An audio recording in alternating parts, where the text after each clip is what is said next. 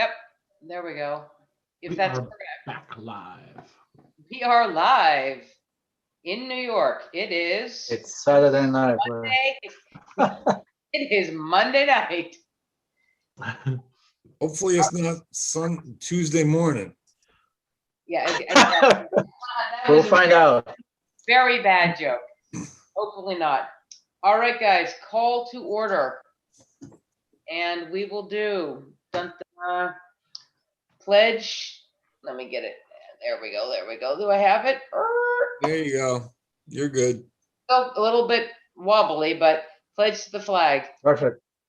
I pledge allegiance Allegiance to to the the flag, United United States States of of United America, States of America, America. and the republic for which it stands, one nation, under God, indivisible. indivisible, with God, liberty, and indivisible. justice for all. All right, roll call, Brianna, please. Chair Lindstrom, Here. Mr. Sarofsky, Here. Mr. Williams, Here, Mr. Jones. Here. Oh, Mr. Pinsky, Yes.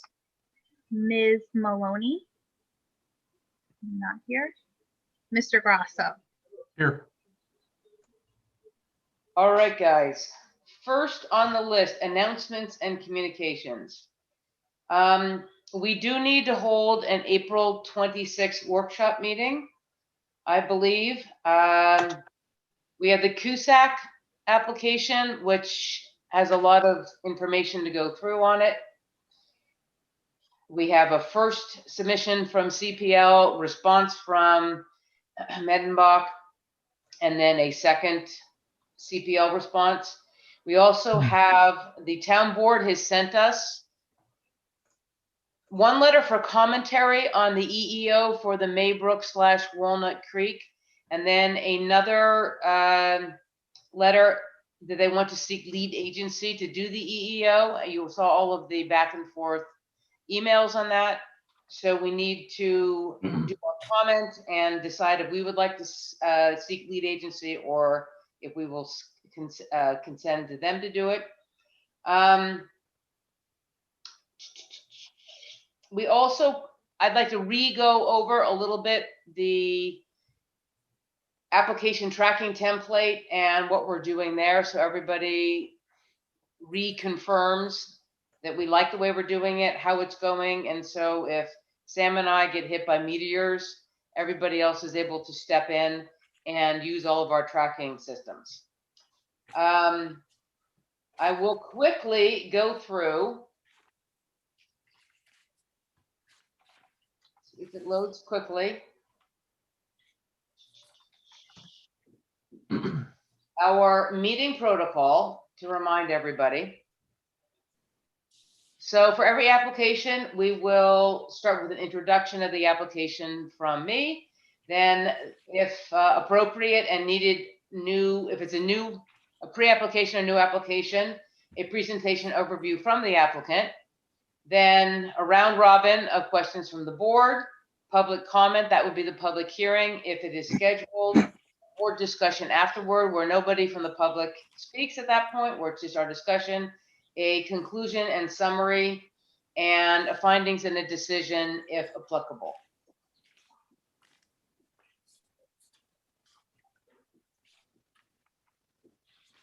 All right. Trainings. You're frozen with your mouth open.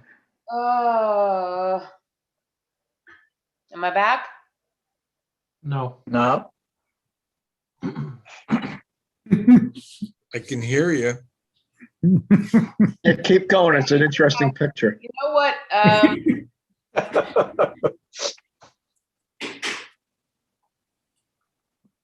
Myron? She's rebooting.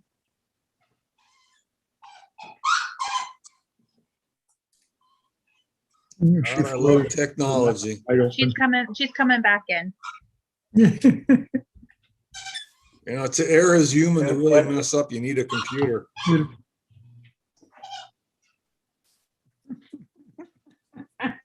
All right. Am I back? I'm not back with a picture though. No.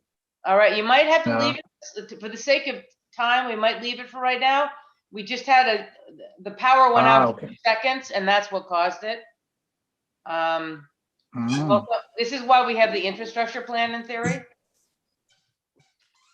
So let me see if I can get, all right. Hopefully it won't stop again, but I just heard the alarm go off because we lost power for a little bit, and that's what caused it. And All I right. couldn't get in either till just now. I don't know why.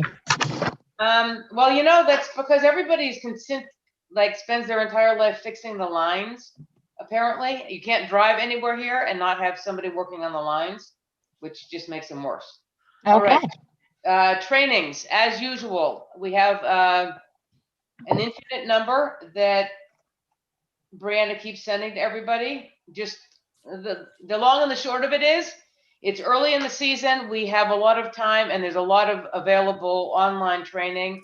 So make sure you get your 4 trainings in, and preferably a backlog of trainings. The smarter we are, the better aboard we are. Myron, do we want to vote on the workshop meeting real quick? Yes, thank you very much, Mr. Yeah. Grosso. I got distracted by getting back on. So I'll make a motion to have a workshop, to schedule a workshop meeting. Point of order, workshop Yes. meeting is already scheduled. There's no motion necessary unless we want to cancel the meeting. There we go. Good Point of job, order. Sam. Thanks, Sam. Thank you, Sam.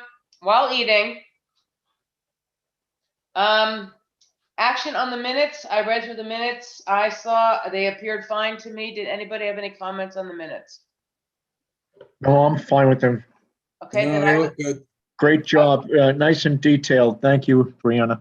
exactly, especially Yeah. since it was a 19-hour meeting also.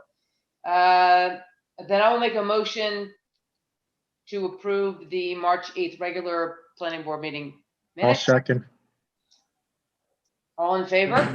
Aye. Aye. Aye. I, Abstain. All right, our first planning board review is planning board. Let's see how like super organized I am here. This is planning board 2021-03 is for a lot line improvement, is for Accord LLC, which is Michael Fink, applicant and owner, and Carolyn Ferrelotto, if I'm doing that correctly, was the owner. And this was, we will start here. So this is the lot line where they are planning to redo the granary, and it's combining the long skinny lot that goes along Granite. The technical address is on Towpath, and then the 2 lots behind. I need to get rid of everybody here. Hold on. They did not have, because of their initial application, they did not have, this is very like you can't see it, but so they had to clean up a lot of the lot line and show who are the actual owners. They had to add our lot line map notes, which you can see were added, and they had to have it officially prepared by, because it was not prepared by, not certified, but prepared by a certified surveyor. So you can see that it has been prepared by. They added our lot line notes. This is the note that Brianna sent detailing what was needed additionally after our last meeting. And there you have it. Any questions or comments on this lot line? No. No, none for me. All right, if there No. are no questions or comments on this, then could I have a motion to certify this lot line? Motion to certify the lot line. second, Third. All in favor? Aye. Aye. Aye. Against? Abstain. All right, that takes care of that. That is certified. The next is a new lot line. And this is on, whoop, what did I do there? Sorry.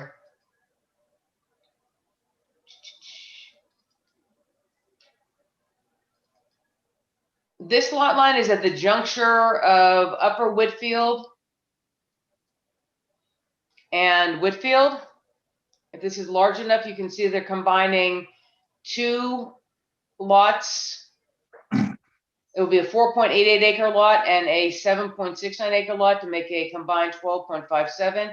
The road will go through it, but you are combining two lots on either side of Upper Whitfield Road.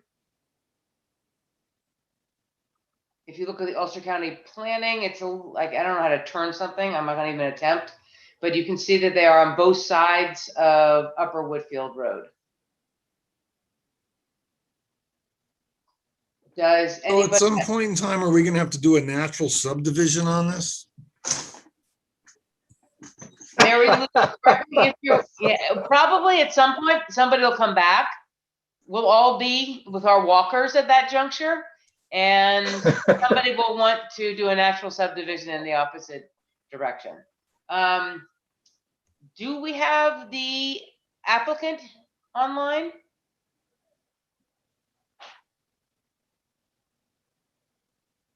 I thought I saw them. I did too. I just unmuted her. It's Karen Ada. Karen, are you there? She was there. Looks She's like here. she's She's waving. She's waving. I'm trying to unmute her, but it's not. She's muted. I don't see you. Yeah, she's there. Okay, down below. Does anybody on the board have any questions? Yeah, I just have one. It's odd. It's odd to put two lots together when they're already subdivided by a road. Just wondering, fine with me, but like you said, at some point, maybe coming Yeah. back and asking for a natural subdivision. We have done it before. Oh, can I you hear have me the same, I now? have the same Can you hear question. me now? Yes, Yep, Can you hear me now? yep. Okay, thank you. We Sorry. now can hear you. You sound like the bad Verizon ad now. Yep. I'm very sorry. Very That's sorry okay. about No, that. no. To answer your question, Rick, you can go in the opposite direction, and we have done one before where we combined lots where there was a road going through. I know, Um, Karen, if you wanted to sort of speak about your thinking behind this, that might be great. Well, it actually used to be one property in the 80s. It was a family farm that belonged to the Ryder family, and it was purchased and then subdivided. So at one time, it was in fact one lot. And I just want to take it back to its original form and kind of protect my environment. And I have no plans to separate it or, rent it out or do anything like that with it. I really just want it to be one property, one family property. I mean, I will point out to everybody that a lot of these quote unquote roads that we have used to be farm tracks before, hence why it's now a road. But as Karen said, at one point in time, it was one farm that was together, and that could have been a farm track that went through. Anybody else on the board have any? I have no objections to it. I was just, yeah, it's fine with me. I'm fine with it.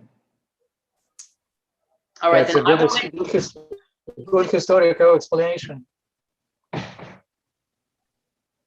sorry. Pardon, Zorian, you break up like crazy because you have like a satellite with Oh, a hat because on. I'm not, but because satellite. Okay, I need to switch to phone probably. I said it's good. I had the same question, but explanation. It's a good historical background, so it's clear now. Okay, great. Thank you, Zorian. Then I would make a motion to certify the lot line adjustment. Do I have a second? I'll Second. second. All in favor? Aye. Aye. Against?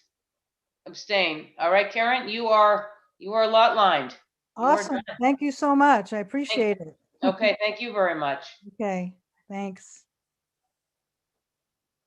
All right, the next is the Wayward. Hey, you guys remember this one. Animal Sanctuary. Oh, So they are asking for an extension of approval from the April 13, 2020. They've come up on their 1 year and they were not able to, let me get back to that. Here is the request for extension.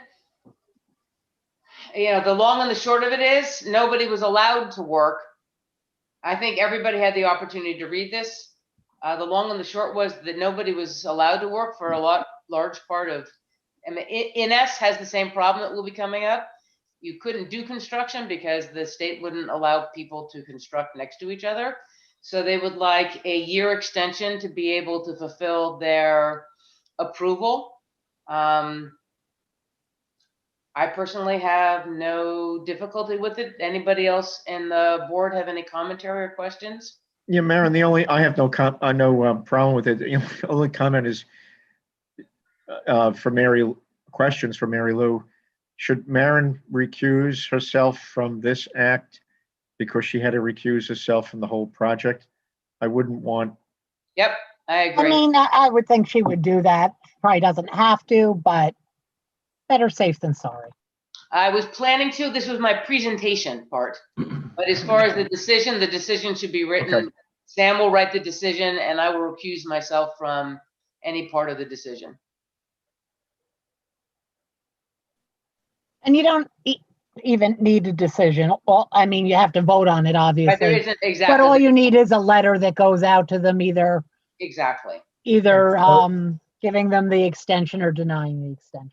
I'll make the motion then to send the letter out, giving them the extension they're requesting. I'll And- second it. Okay, so well, I guess we should do a roll call. Brianna, will Yeah. you? conduct Yeah, the do a roll call. And also reflect that Maren had recused herself I have recused prior myself, yes. to the motioning.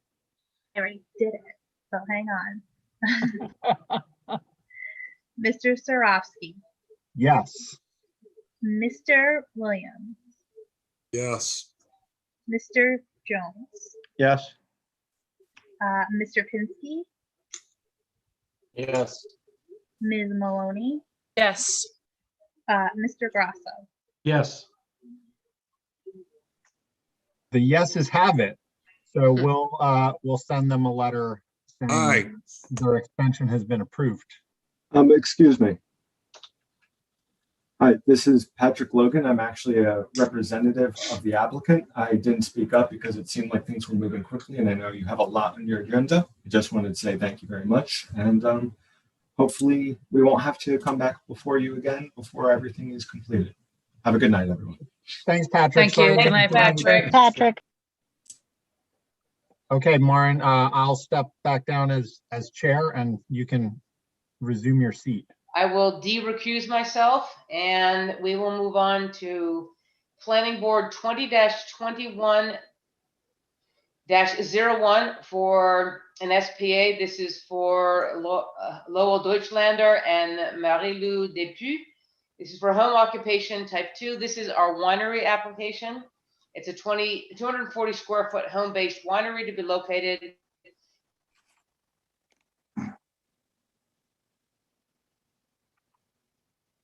Maren, Did we lose her again? I think so. Yeah, she's frozen.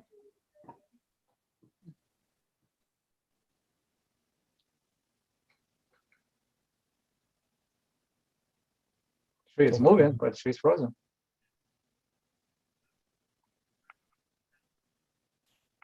Yeah, it's just the video that's frozen. Maren, we lost your audio. Yeah, that too.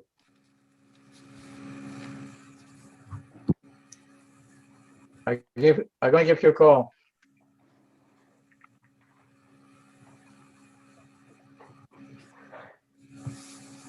We can give her a minute to get back in. There she She's is. gone. Now she's muted. Unmute yourself, Maren. It'll be a long night if my internet keeps freezing. Everybody sees the map. I'm sorry about that. Maren, just an offer, if it happens again, if you drop off of your shared video. screen one, since you made that other folder, I can manage that for you if you drop off again. Perfect. Thank you. So here is the visual of the property. It's on Granite Road. You have the driveway, you have the residence with a 20 by 20 winery behind. You have the field cleared area, and then the rest is woodlands around it. It is well set back from the other residences. We have the presentation that we can go back to if anybody needs to get refreshed, that Marie-Lou gave to us about the proposed use. Here's a picture of the downstairs. You can see the winery in the back, living kitchen, bedroom, etc. And as Zorian requested here, I did not put it up in my consolidated. Here's a picture of the winery. We do have a picture of the upstairs also to show the complete square footage. And there is, I believe, I will have Marie-Lou or Lowell refresh me. I believe there is a bedroom and an office upstairs. Yes. Yeah, I saw it. Okay, perfect. As a follow-up, Brianna did send a letter asking for the upstairs. They followed through with that. And this is a potential draft decision. So I would like to open up the public hearing at this point. If anybody is here to speak on this application for the home winery at 220 Granite in Accord, please speak at this time. We keep the public speaking time to 7 minutes, so people so they tend to be more concise and more organized. And you are speaking to the board, and it is not a back and forth. It is really stating something you might know about the property, about the project. It is not a question and answer session, and at all times, please remain civil. So if anybody is there that would like to speak about this application, the public hearing is open.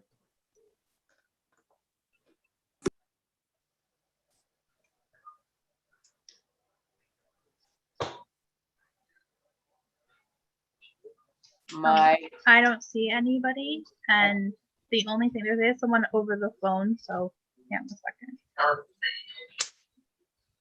Then my turkeys outside are making more noise at this juncture. Then I will ask for a motion to close the public hearing. I'll make a motion to close the public hearing, Maren. Thank you. Second. Do I have a Second. Second. There's a second. All in favor? Aye. Aye. Against?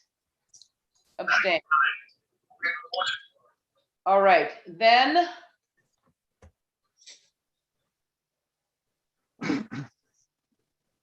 See if we can do this without blowing up the computer. I do have a draft decision. Let me make it readable for everybody. We will go. This is decision 2021-01, SPA site plan approval, class 2 home occupation, a final approval for Marie-Lou Depuy, and doing business as La Cordoniste Winery. This is SBL 76.4-2-11.400, plus or minus 12.2 acres. It is located at 2020 Granite Road in Accord, New York, and is in the R2 low density residential zoning district. Maren, could you blow that up a little bit more? Is that possible? Let's see if I can The do. window, not.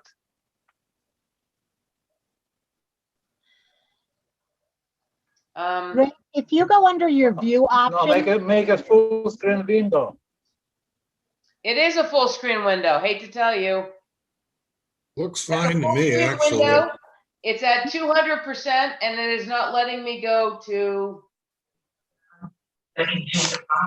That's fine, Maren, leave it. Go ahead. Okay. Won't let me go higher than 200. Sorry.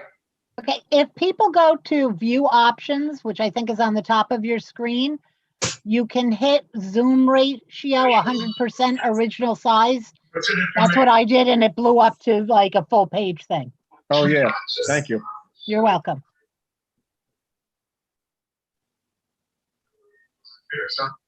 You're good. You're good, Maren. We can see it.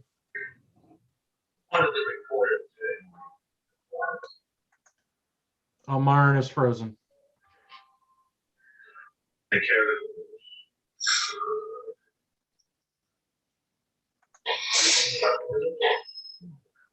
Gonna be a long night.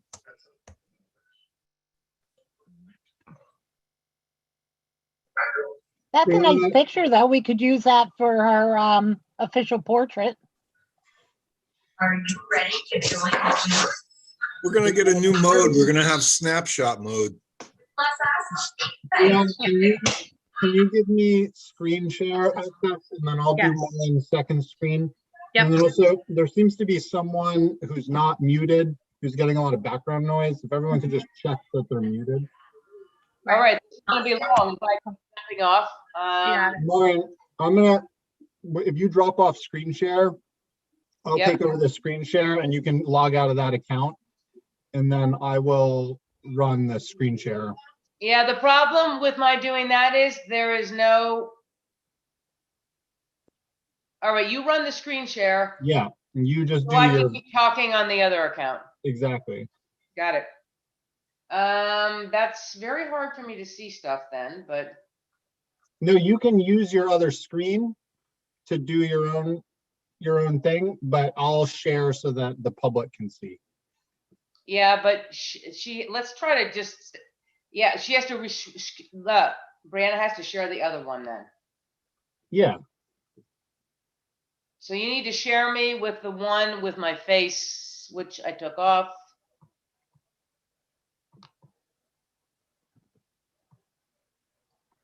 So you need to share me with both of them, Brianna. Your FaceTime is back. Yeah, I put it back on. I was taking it off in case that was, so I need to be screen shared on both of them. I don't know if that's gonna work. no. Martin, you can turn off your screen share on both of yours. And if Brianna turns on screen share for me, I'll put the documents up. And then you can just use your second screen to just look at the documents. Don't look at the screen share. Does that make sense?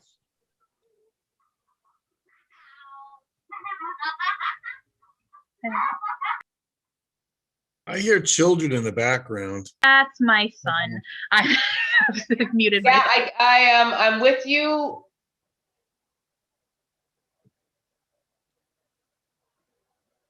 We lost her again. No, she's there. No, I understand what he's saying.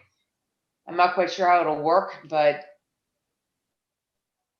But So- what we're trying to accomplish, I'm not clear. If we're he trying to accomplish disappears, is have me we- stop freezing.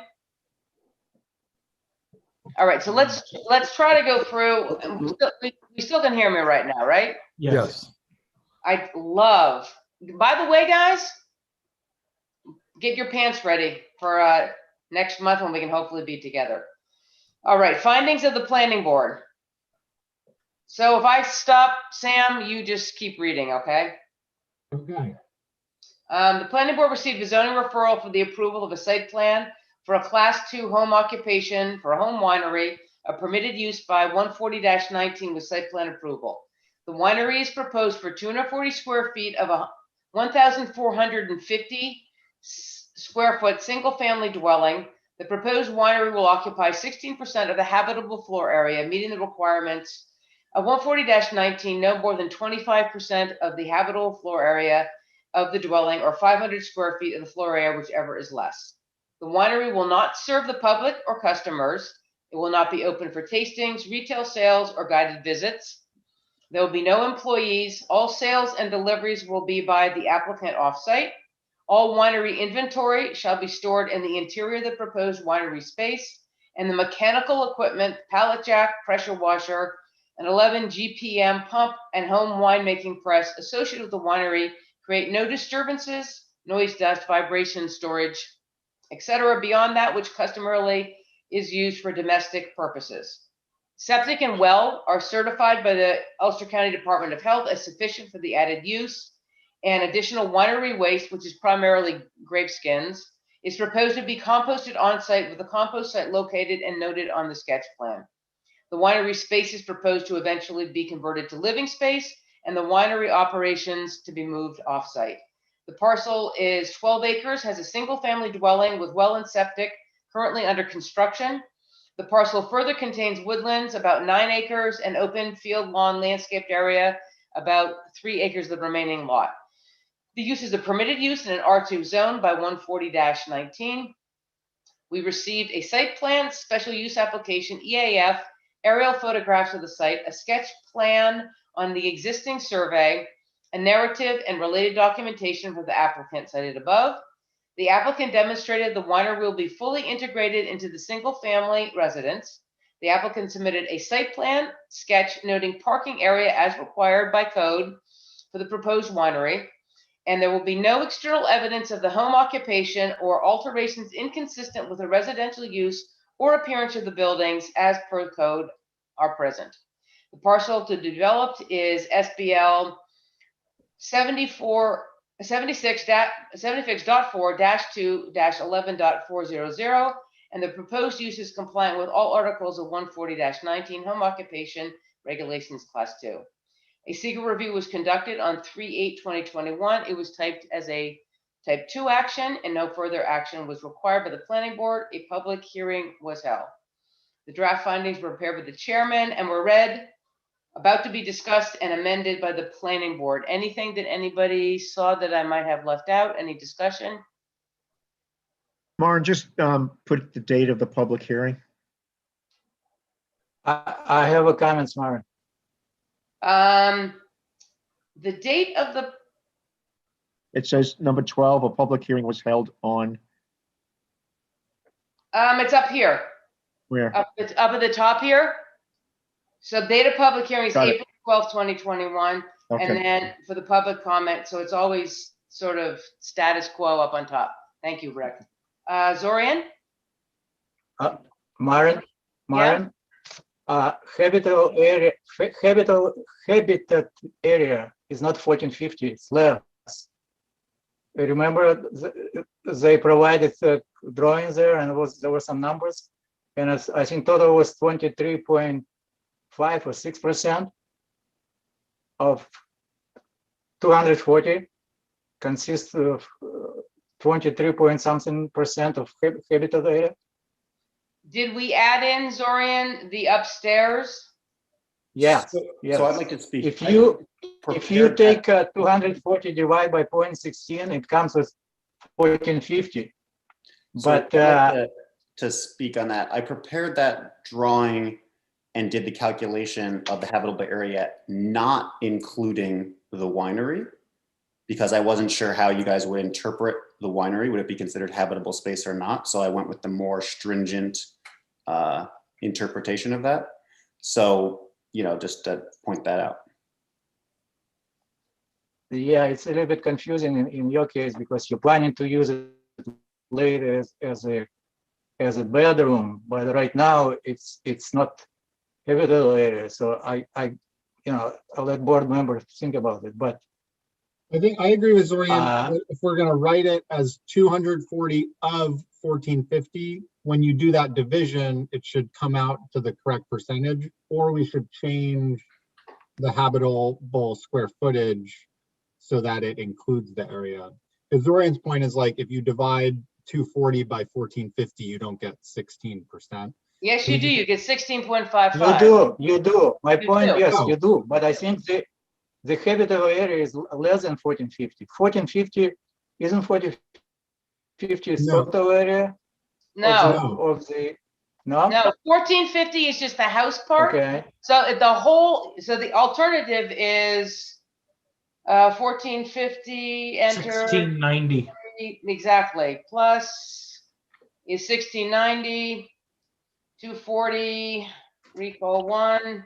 It's 14.2% if you include the entire square footage of the Correct. first floor.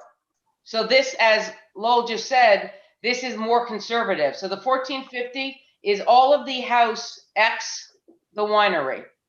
So if you add these two together, because it could become habitable space, And we haven't even added in the upstairs here. It's 14.2 or 16. So you either want to make the 1690 or do you want to keep it as it is? I think it should stay as it is. I think it's easy as it is. We're splitting.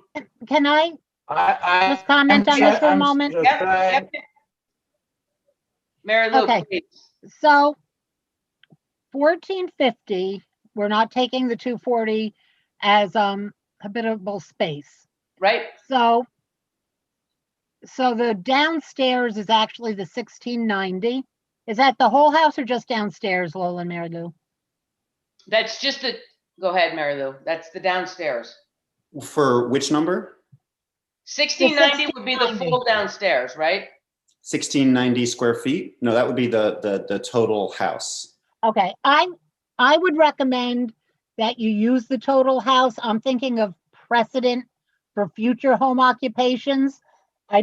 Because I think that when we're talking no more than 25% of the floor area, we're talking of everything that could be used as a home, but for this. So I'm just thinking when the next one comes down the line, I don't want someone to think that as precedent, we're not supposed to be using all that space. Yep. So, Yeah, thank I you. agree with Mary Lou. If we say 1690, 240, then it ends up being like the 16%. Because often what we get is the opposite, where someone already has a house and they're taking part of the Right. house away. Yeah. Right. Yeah, that makes sense, Mary Lou. All right, so Thanks for it's pointing it now, out, Zorian. Hold on, please. Hold on, please. All I'm trying to say, what I saw in the application, in that it says 917 habitable area. Just 1 second.